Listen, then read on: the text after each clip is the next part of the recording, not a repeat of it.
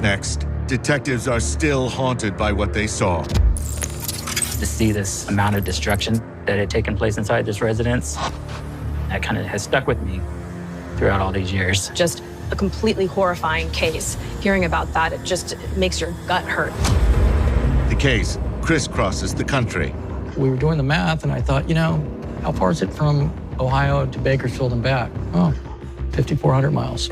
After that many miles, a lot can happen to a car. The FBI, they just said, can you look at this radiator and tell us where the car has been based on the insects? And what scientists find puts a mass murderer behind bars.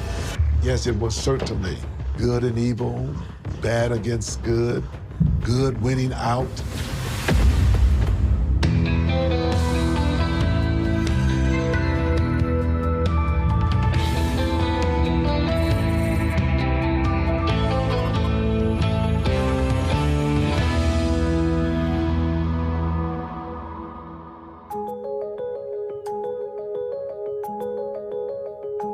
Their faith was a central part of life for the Harper family of Bakersfield, California.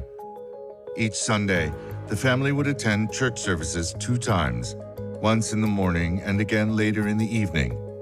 But the service on the July 4th weekend of 2003 promised to be special. On Sunday, July 6th, the entire family attended church services in the morning. Joni Harper presented her youngest child, the 6-week-old infant Marshall, to the congregation for the very first time. So it was a joyous occasion to them because Marshall was brought out to church and this is his first experience. But none of the Harpers showed up for the evening service. No one thought anything of it. They thought maybe the family just needed some rest. After 2 days passed with no word, a friend who was very close to the family went to the house to check on them. A short time later, she made a frantic call to 911. Police department, can I help you? My sister, my best friend, she's dead. She's laying on the bed. Okay. Help me, please help me. Ma'am, we'll get somebody out there. Police arrived to find the Harper family dead in the residence. It's very rare that you have a mass murder involving family members, let alone 3 of them being children, babies, in essence. When you go to these crime scenes, you do relate to your own personal life as, man, I have kids that are this age. And so that is something that kind of weighs heavily on you. The deceased were the family matriarch, Ernestine, 70 years old. Her daughter, Joni, 39 years old, was the mother of the 3 child victims, the youngest of which, Marshall, was only 6 weeks old. Who kills a baby? I mean, let alone the other 2 kids, but baby can't talk. Baby's never gonna be an eyewitness. The only threat the baby could potentially have is maybe crying for hours. You can't even think about it. It's too painful, really, to even imagine. Spent .22 caliber shell casings were scattered across the scene. A knife, apparently missing from the kitchen, was thought to be the other murder weapon. You could see the spot in the knife block where the knife was. But we looked for it in dishes, the dirty dishes, and the cabinets. It was never found. At first, it seemed the children's mother, Joni Harper, could have been the primary target. We know for a fact she was shot 5 times. As we turned her a little bit, on her back, she had 5 stab wounds. So anybody that gets stabbed after they've been murdered, you gotta look at it. Somebody may have had a personal issue, vendetta, grudge. The apparent entry point into the Harper house, which was loaded with security features, was a sliding glass door, and there was no evidence it had been forced open. But what kind of robber goes into a house full of people? If the intruder was there to rob the house, why would they wait until 5 people are inside the house and then they don't take anything at all? So it was pretty clear early on that it was not a burglary. This was potentially what we would call a staged crime scene, where the criminal knows, hey, if I don't do something to cover my tracks and make this look like a burglary or a robbery or what have you, then the focus is immediately going to be on me. The only member of the family to escape harm was Vincent Brothers, Joni's husband and the children's father. He was out of town. The first person we would have been trying to contact would have been Vincent Brothers. We'd be contacting him for a number of reasons. One, have you heard about your family? What do you know? who are potential threats, who are potential enemies. Are you okay? Vincent Brothers was located in North Carolina, visiting family over the 4th of July break on a long-planned trip. And upon hearing what happened to his family, he was all but speechless. We just need to talk a little bit, okay? Is that okay with you? Vincent? Huh? We need your help. That's the bottom line. Okay?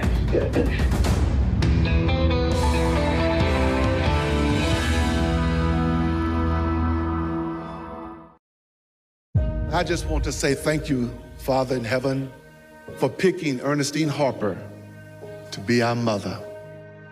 Any murder shocks a community, but the murder of an entire family, including 3 young children, made for a blow still felt in Bakersfield, California.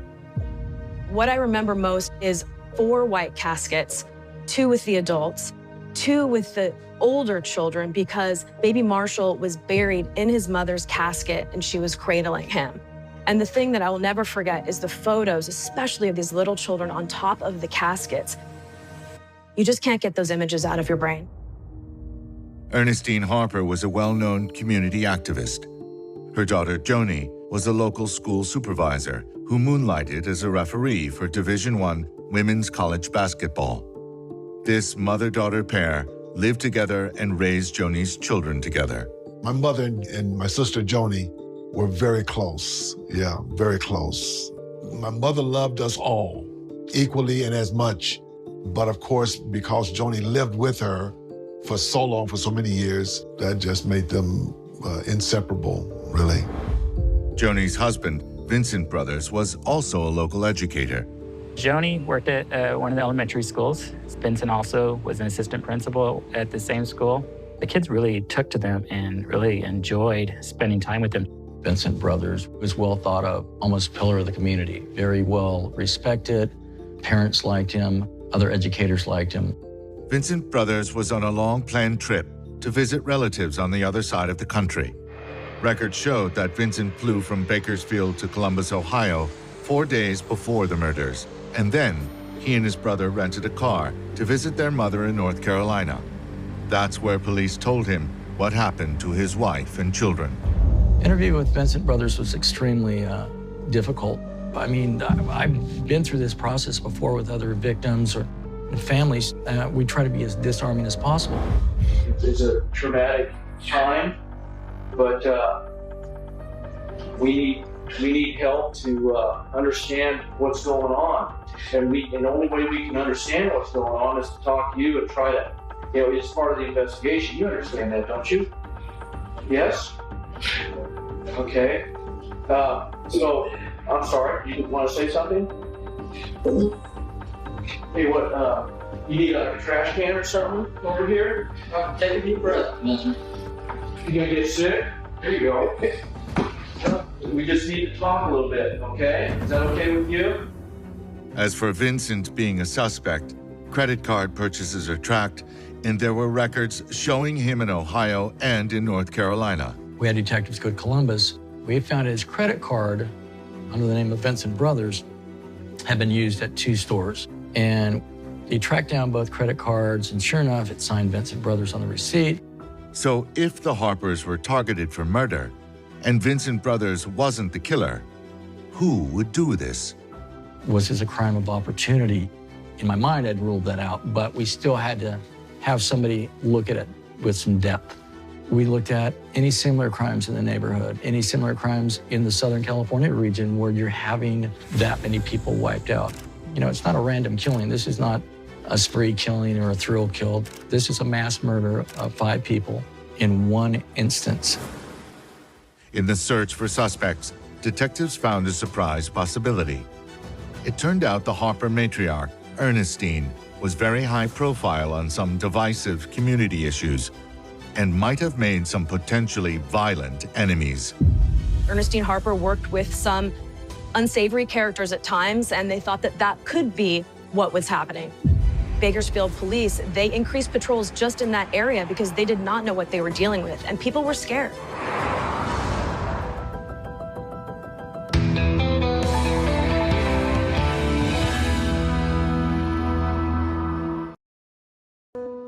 Most people who knew Ernestine Harper agreed this woman was a force to be reckoned with. My mother was involved with fighting for those who were treated unjustly in the criminal system, in the judicial system. In fact, she was very active in the 1996 exoneration of a young black man named Alfred Rollins, who was wrongly convicted of murder. The girl that he was supposed to have murdered was Hispanic, and so my mother helping him getting off, not being tried again, they speculated, could this have been someone who did not like her as a result of Alfred Rollins being released? But something didn't add up. If the killer was a stranger with a grudge, how did he get into a house loaded with home security? Ernestine Harper fortified her house, not only from the exterior, but from the interior as well, with door braces, locks on the windows, thumb locks, and she always would have that sliding glass door locked with a wooden dowel in the trap. Detectives now took another look at Vincent Brothers, a man some called a pillar of the community. It turned out there were problems in his marriage to Joni Harper. Vincent Brothers, he had been married at least 4 times, twice to Joni Harper. His history with any relationship with women was never something that was a fairy tale. There was nothing good that came out of these things. In 1988, he was convicted of spousal abuse, and he spent 6 days in jail. If Vincent's marriage was ending, that created a possible motive. If he was married to Joni, he's financially responsible for her, potentially for alimony too. You know he's going to get hit 3 times for child support, all 3 children. But Vincent had an alibi. He was seen by many people in Ohio during the period of the murders. And he said his credit cards would also back him up. Detectives went to the sources of the credit card receipts, which were in Ohio. They saw that Vincent Brothers had been at a Chinese food restaurant. Vincent Brothers had been at Walmart in Ohio. But when they dug a little deeper, they saw that Melvin Brothers was the one on security camera at Walmart, not Vincent. Melvin, Vincent's brother, lived in Ohio and was now confronted by police. Videos don't lie, clearly showed Melvin. Melvin eventually admitted to it, even though he did not at first. This proved Vincent was lying, but it didn't prove murder. Detectives wondered, was it possible Vincent could have driven from Ohio back to California, killed his family, and then got himself back to Ohio so it looked like he never left? If so, the key would appear to be his rental car. We knew we had to get that rental, and we had the FBI seize it for us. We also were fortunate that there were only 3 other renters other than Vincent, and we were able to contact all of them. These other renters told detectives of their respective destinations, all of which were on the eastern side of the country. But for a car rented only 4 times, this one had clocked an awful lot of miles. There's 5,400 and some odd miles unaccounted for. So we were doing the math, and I thought, you know, how far is it from Ohio to Bakersfield and back? Well, 5,400 miles. It doesn't take 5,000 miles to get from Ohio to North Carolina. Vincent now said he took the car to Chicago to see a baseball game with another of his brothers. And that's why there's a lot of miles on it. That wouldn't even be half the amount of miles we found in that rental, which was 5,400 miles. Investigators worried that mileage numbers on a rental car odometer wasn't nearly enough to win a murder case. And even the car rental company admitted their record keeping on mileage probably wouldn't withstand the scrutiny of a murder trial. Still, detectives were convinced the rental car held the answer, and they came up with an unprecedented way to find it. The most incredible thing about this case, in terms of forensics, and this is why I really remember this case, is because they thought out of the box.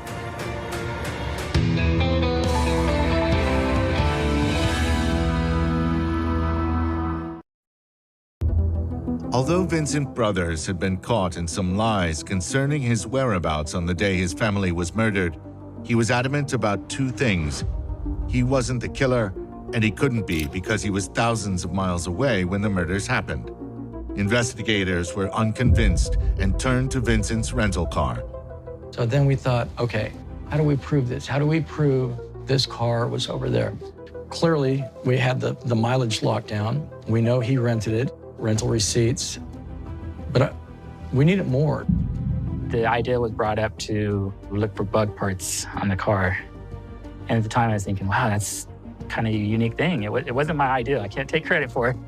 But it was something that it was brought up, and I think a lot of us were just thinking, that would be cool if that would work. Investigators reached out to Lynn Kimsey, a PhD at the Bohart Museum of Entomology, home to one of the largest insect collections in North America. She was asked to do something no entomologist had apparently ever been asked to do. We got a phone call from the FBI saying, would you be willing to look at a radiator to see what insects are on it? And we're going, okay, anything for a weird life.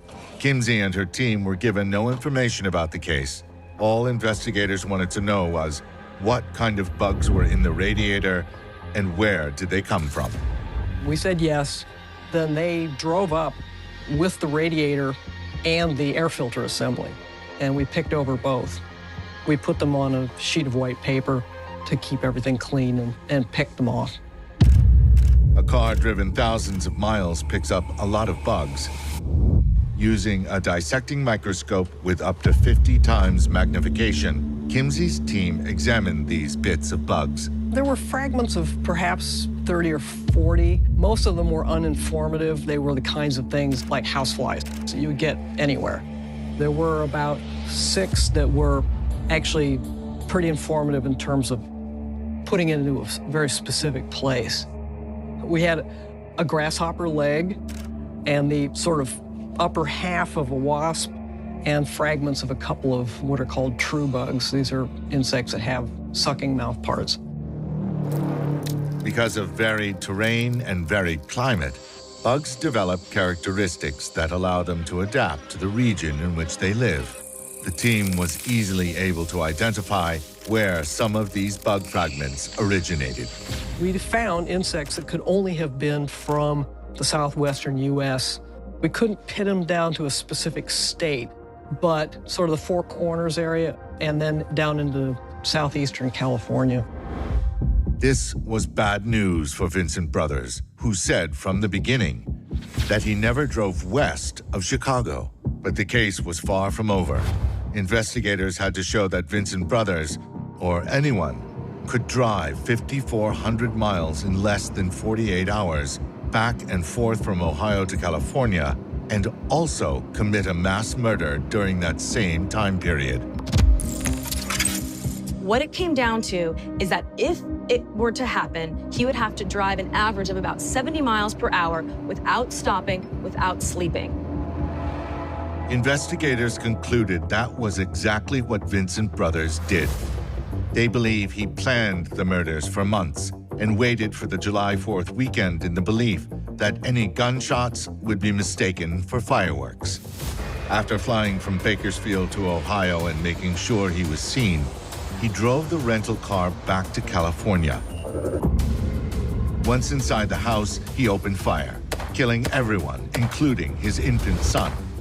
But now he was on the clock. He had to get back to Ohio and quickly to establish his alibi. He blitzed across the country, averaging 70 miles an hour. He would have had to drive without sleeping for more than 30 hours to make it appear he'd never left Ohio. Detectives believe he had a large stash of cash, which allowed him to pay for gas without leaving a credit card trail. He most likely wore a disguise to avoid being identified later by surveillance cameras. But it turns out Vincent Brothers, like most everyone else, didn't think much about bugs. And those bugs left no doubt that his rental car was driven for many miles west of Chicago. As far as I know, nothing like this has ever been done, mostly because the circumstances were so perfect with this one. Vincent's brother Melvin, seen in this photograph, cooperated with the investigation and was never charged in this case. In 2007, Vincent Brothers was found guilty of 5 counts of first-degree murder. He now sits on death row at San Quentin Prison. all courtesy of investigators with the imagination to realize that bug fragments in a car grill could solve a murder. The science in this case blows my mind to this day. Who would have ever thought that you could talk to an entomologist and pinpoint where bugs, tiny little insects, are found in the United States, and that they would even still be on the car? It's unbelievable. I still can't believe it.